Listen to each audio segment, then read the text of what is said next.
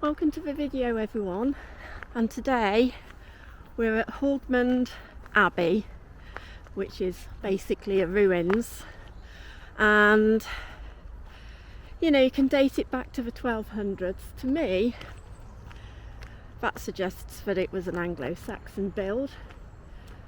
I'm not sure if you can see it through the trees.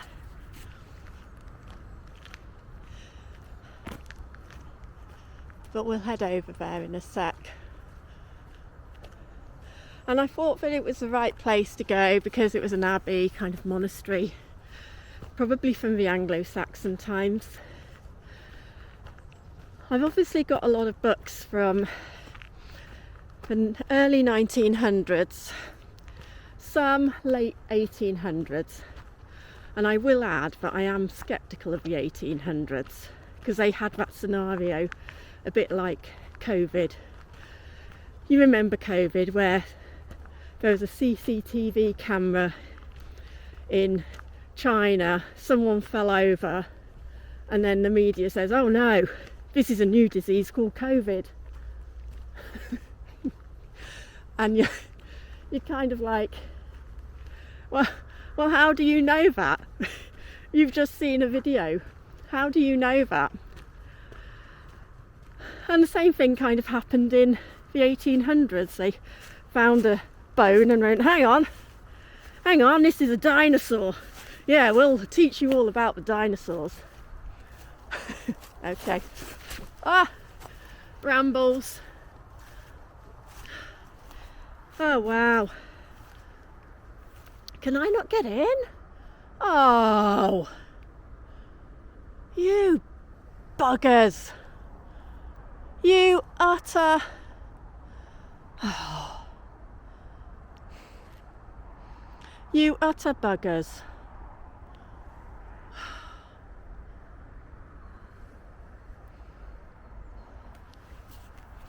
They always do this.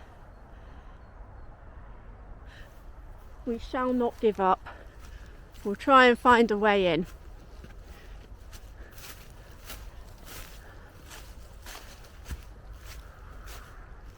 We'll try and find a way.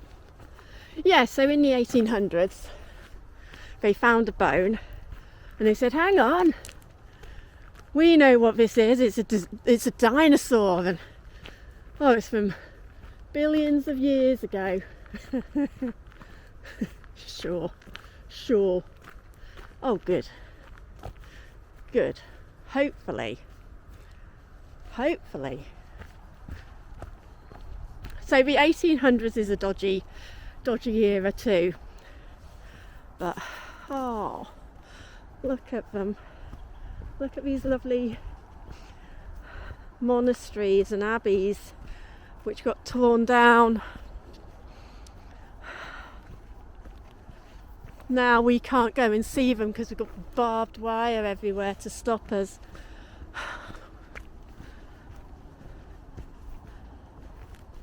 There's also a Roman city round here, Roxham, I think it is. We'll go and do that. Probably won't be barbed wired off either, but we'll go and do that at some point. Oh, no, it's got signage, so we can get in. They won't have signage unless you can get in. There must be a way.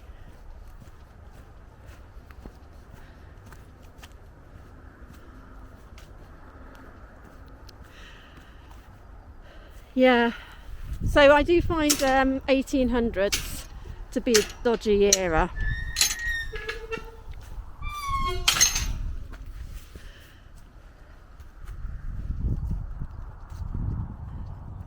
Oh, I should have brought the dog.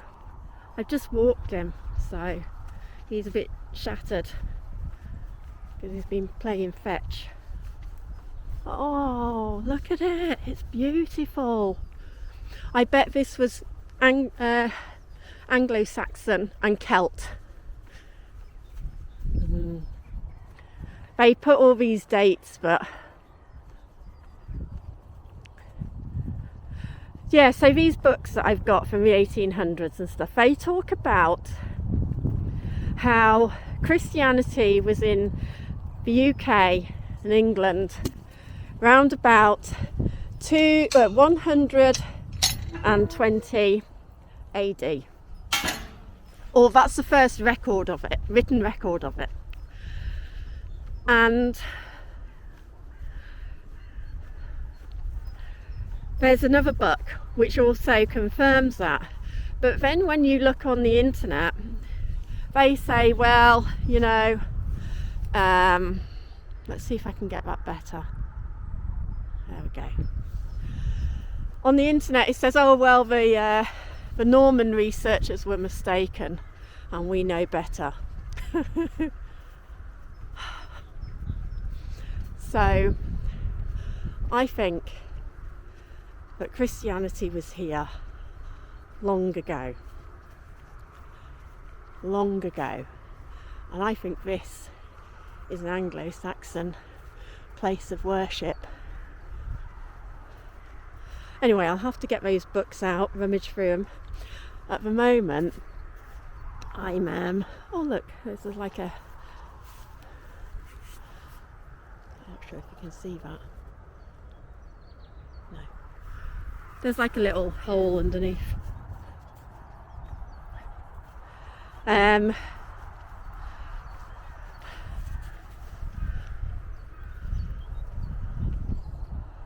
Yeah, at the moment I'm just putting all my information onto the well, I'm scanning it, my court case, so that people can have a look at what I wrote for my court case,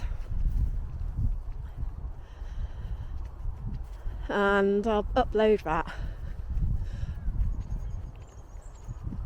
Oh, so I could have parked here.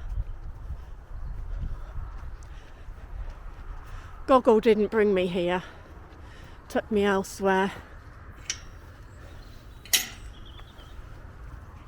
Took me to another place.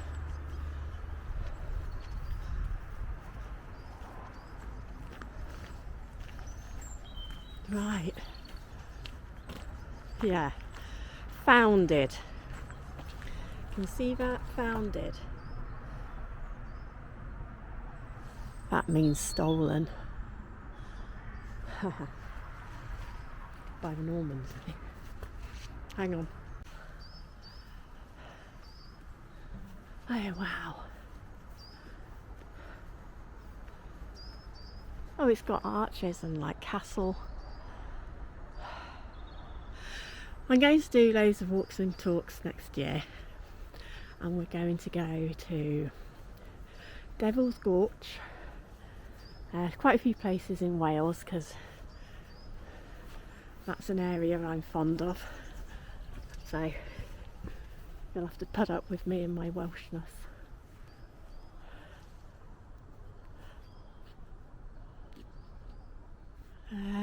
Let's see, yeah.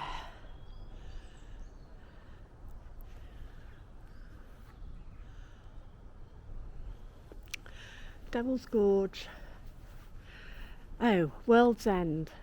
That's an interesting place because I'm not sure if you watch Mud Fossil Guy, but he talks about fossils which might be giants.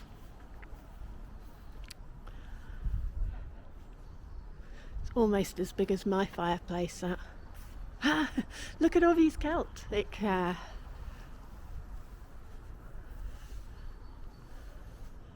you know, even that is carved in, and that's Celtic bands, isn't it? Let's see if I can do this. Yeah, so Mud Fossil Guy, he talks about different things, and mainly to do with giants in our pre-existing world. And I'm going to take us to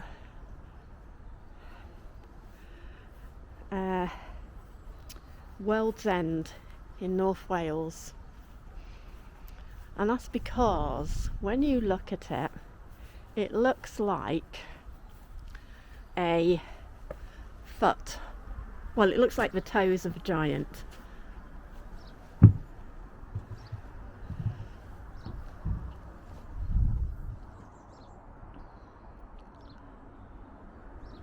And that's why we're going to go there.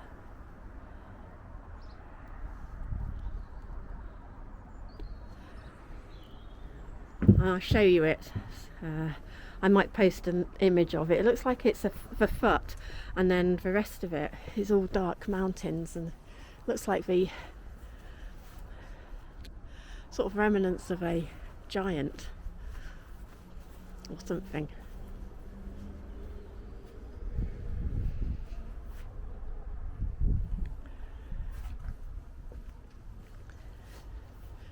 So we're going to go to World's End, Devil's Gorge.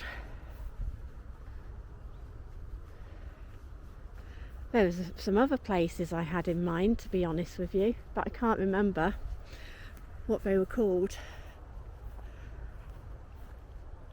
Oh, I was thinking Sodom. We'd go to Sodom, but I mean that's just bare waste ground. It's not it's a place, and it's a named place, but it's not really a place to go of any interesting sights or anything, but I thought with a name we'd go and see it anyway. And then there's Babel as well, so we'll go to these places with their biblical names in North Wales. Well, the windows have been stoned in.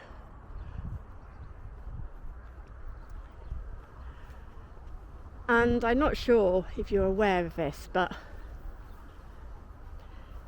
there are some people who claim that Mary, Jesus' mother, was buried in Anglesey in Wales. Look.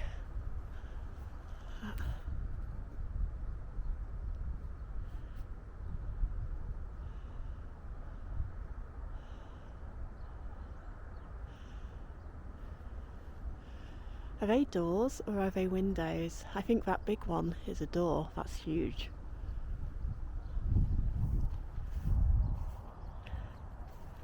So I come up to that ledge bit.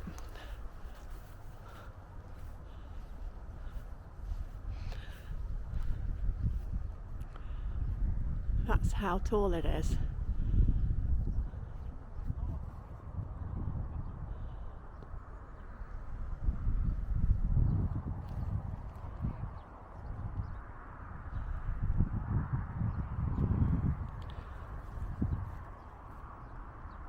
It's like they've put different stones in to mislead you with that window there and stuff.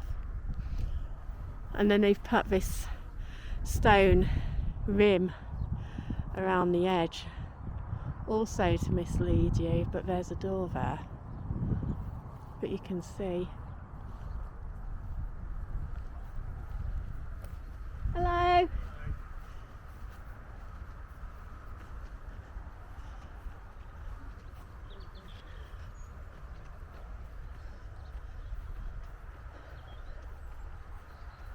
So I'm really enjoying looking into our history and looking into the historical laws that we've got, which still exist, by the way. And this is what they believe it will look like. Well,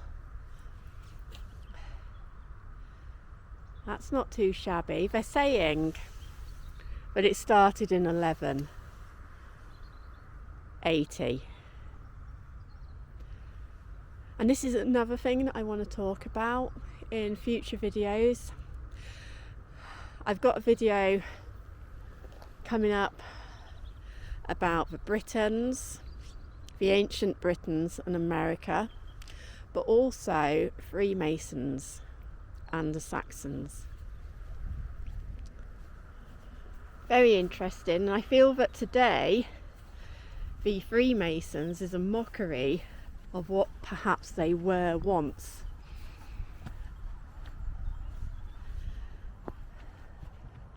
Like everything is a mockery now. It's a joke and it's a ridicule and an inversion. I think that perhaps the Freemasons has also been taken over in that sense.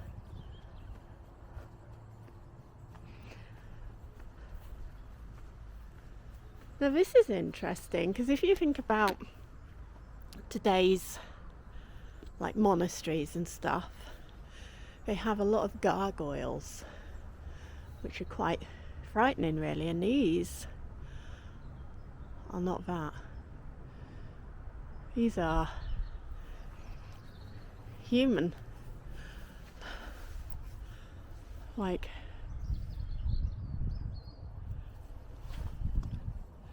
they're not gargoyles in the same sense that we have today, coming out of cathedrals and stuff.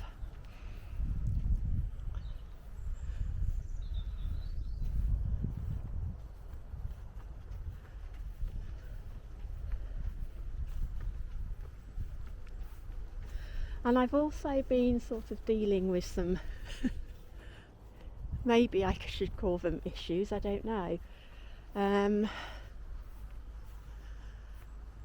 So my son went to a Catholic school, and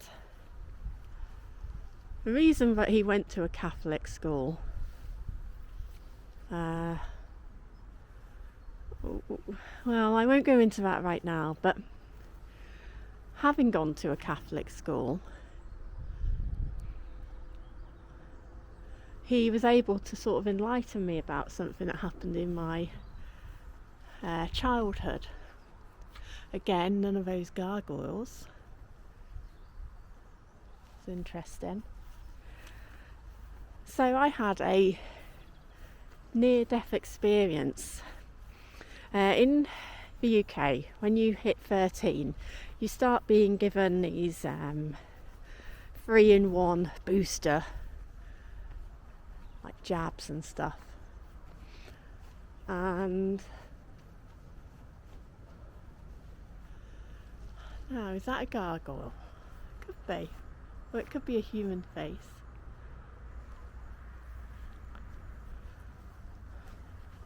Yeah, and when that happened, no one knew, but I had epilepsy. I had a seizure one night and I fell out of bed. And I was basically strangled between my bed and my bedside table, and I died, like medically died. And when I medically died, I saw some stuff and it frightened me, and it made me feel very angry towards God because it was so frightening to me. And anyway, a few months ago, my son was joking around saying that he was like a gaming character, so he could sort of return into the game and he doesn't lose his life and all of that, and oh yeah, this is my 58th life in the game and stuff. And I then said to him, well, it's funny you mention that because I've had a near-death experience. And he was like, wow, okay, tell me about it. And I don't really like talking about it. He's the first person I've spoken to about it, actually. No one else knows except for him. And I told him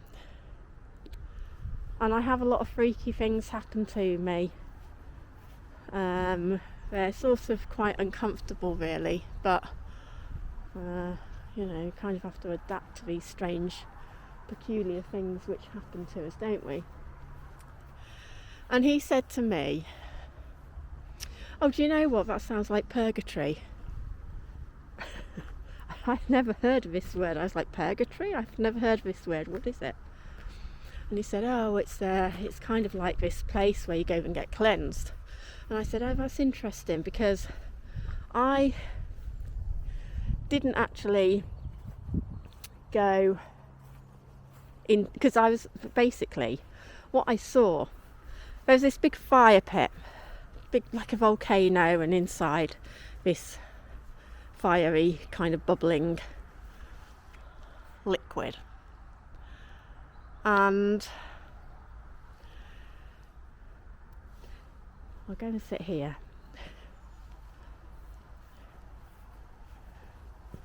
And in that fiery liquid were people screaming. Bearing in mind I was only 13 at the time, because that's when we get our injections, and that's when I probably reacted to them. And yeah, I was inside of this sort of volcano, but on a ledge, and there was a hand, and I don't know who it was, and they were holding me back. I was looking over, and there was all these people, their hands were flying out, they were screaming, and they were getting covered in these flames. And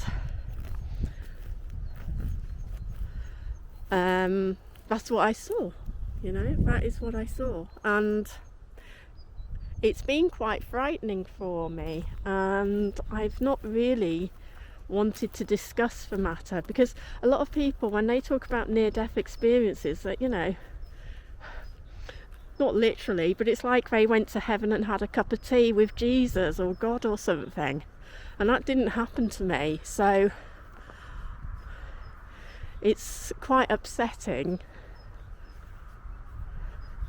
to wonder why that didn't happen with me, and what was going on to all these people who were screaming in this fiery lake thing.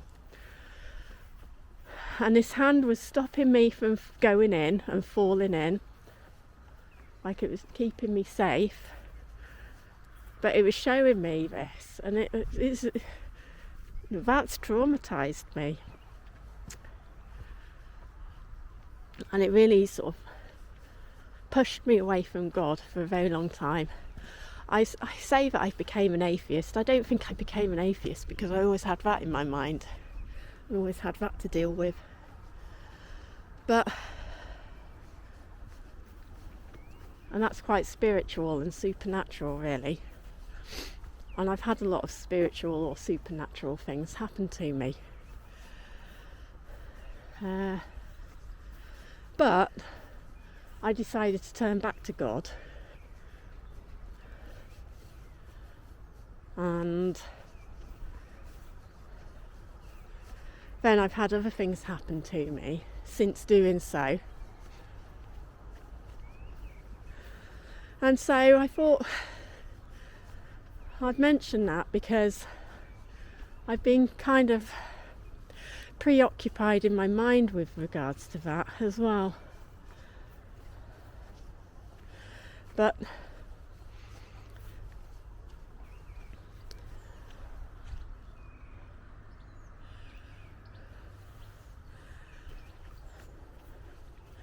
sometimes I can just say a prayer and they're not answered straight away. And if you read the book of Enoch, it does say that, and it depends on you how you feel about these sorts of things, like the Bible and everything, but in the book of Enoch, and I was reading that because of weather wars and stuff, and it talks about weather wars in the ancient times.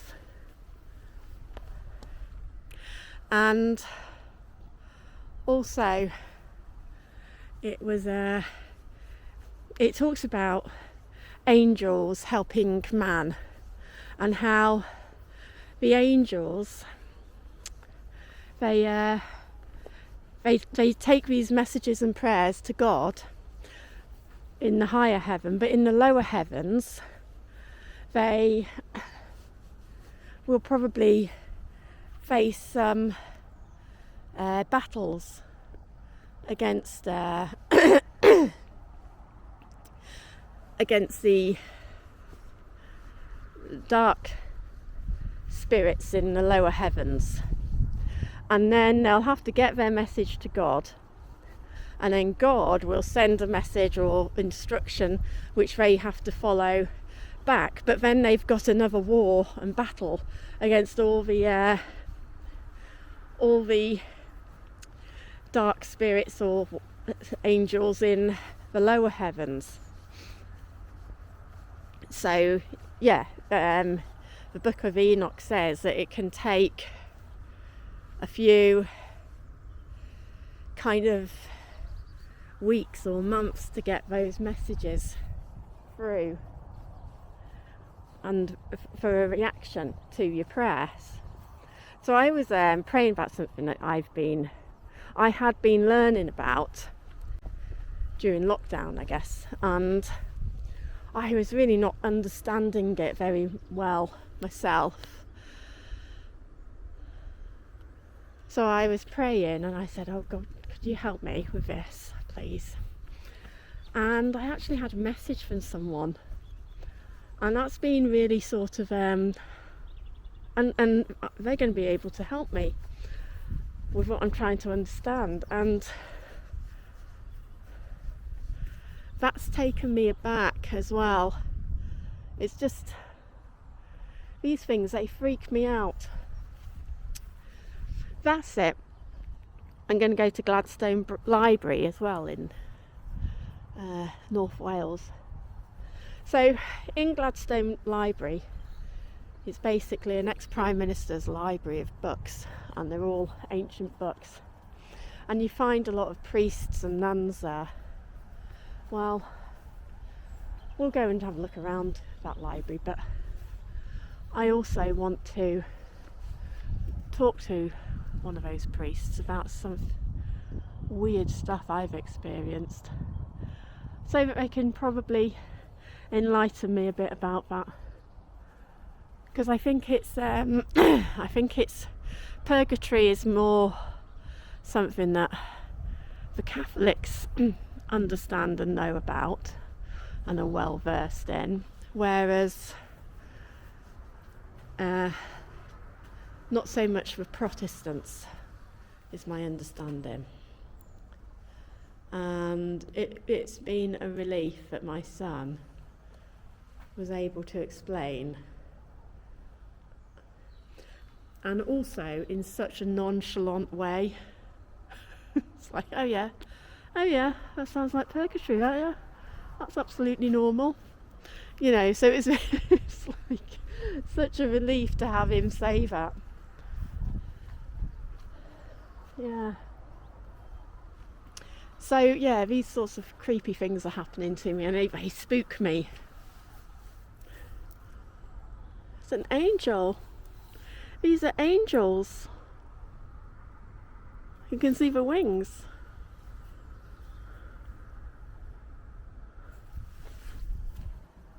You're not an angel.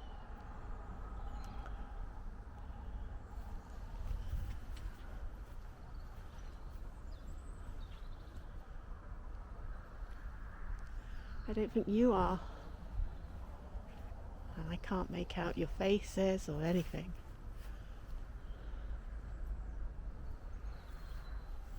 Anyway, yeah, it's there. The nonchalant was really helpful for me to do, to sort of be. And this happened a couple of months ago when he explained that. So I'm still feeling a bit overwhelmed by that, and then other things have been happening in a cycle, and these weird things happen to me frequently. when I buried my sister's ashes, we didn't get permission, but we went to our homeland, me and her husband, and it was just a private one, burial of some of her ashes, where she'd told him that she wanted to be buried. And when we did that, something happened there, which we both saw and witnessed. Again, really spooky, but a good spooky, a nice spooky. Yeah, loads of things. So, and they seem to be increasing. And so it's just, I feel a bit spooked out by it. And I don't know how to take it. And I don't mean to talk about this on my Cafe Eat one, because I try not to make a blog. But anyway, as you know, I'm looking into the Anglo-Saxons and the Celts, and it looks as if the Celts, what I'm wondering is if the Celts brought about Christianity, and why would people think that Mary was buried in Anglesey? Anyway, some of this might be explained in my future videos, because we're going to be talking about America, and we're going to be talking about the Anglo-Saxon Freemasons, which I do believe existed. And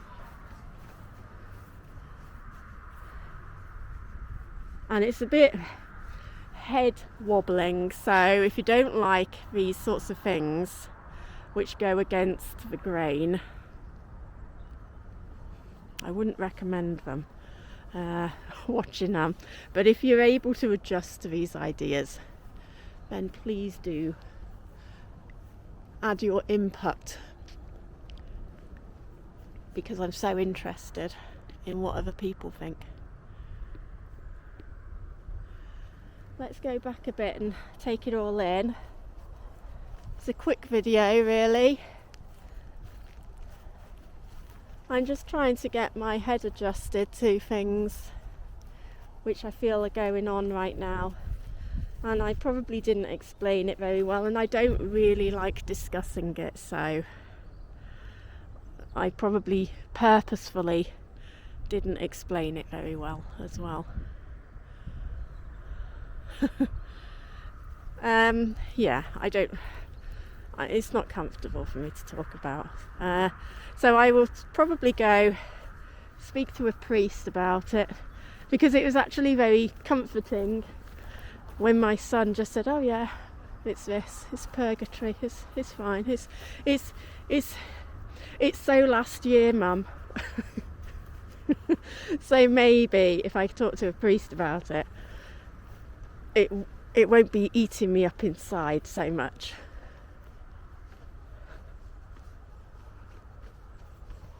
Yeah.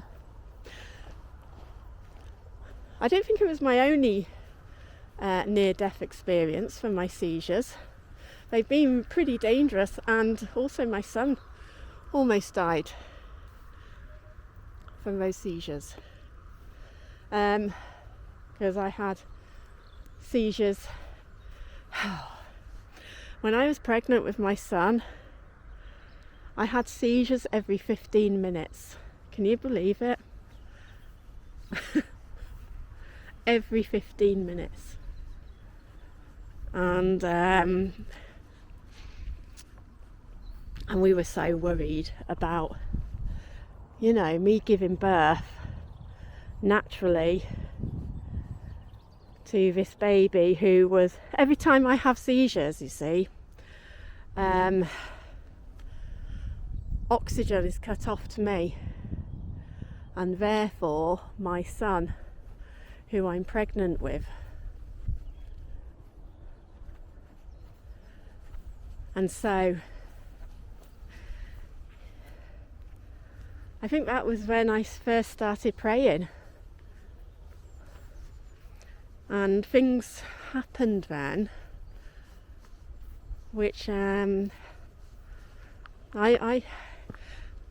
You know when you hear celebrities saying, oh yeah, I made a deal with the devil and I got fame and fortune. Well, I'd always been aware of that saying, and then I figured, well, if the devil is the god of money and fame, then God is the god of life, and that's who I need to pray to. So pray to God. And some things happened. I actually had a list. I actually had a list of things which, because I prayed to him and I said, while I've still got you and your attention, can I ask for certain things, qualities, and certain things. I spoke out this massive list. Anyway, some of them were ridiculous. You know, I asked for things like certain eye colour and certain complexion and all of that kind of stuff, which sounds ridiculous, but maybe I was checking, and they've come about.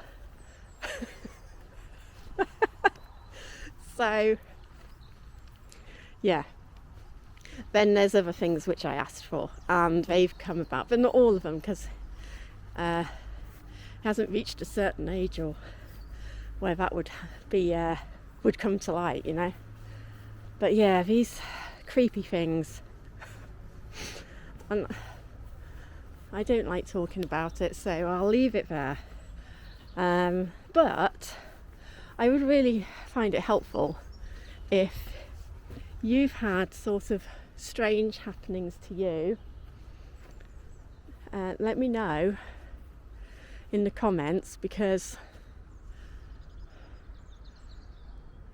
I don't want to be like the weird one.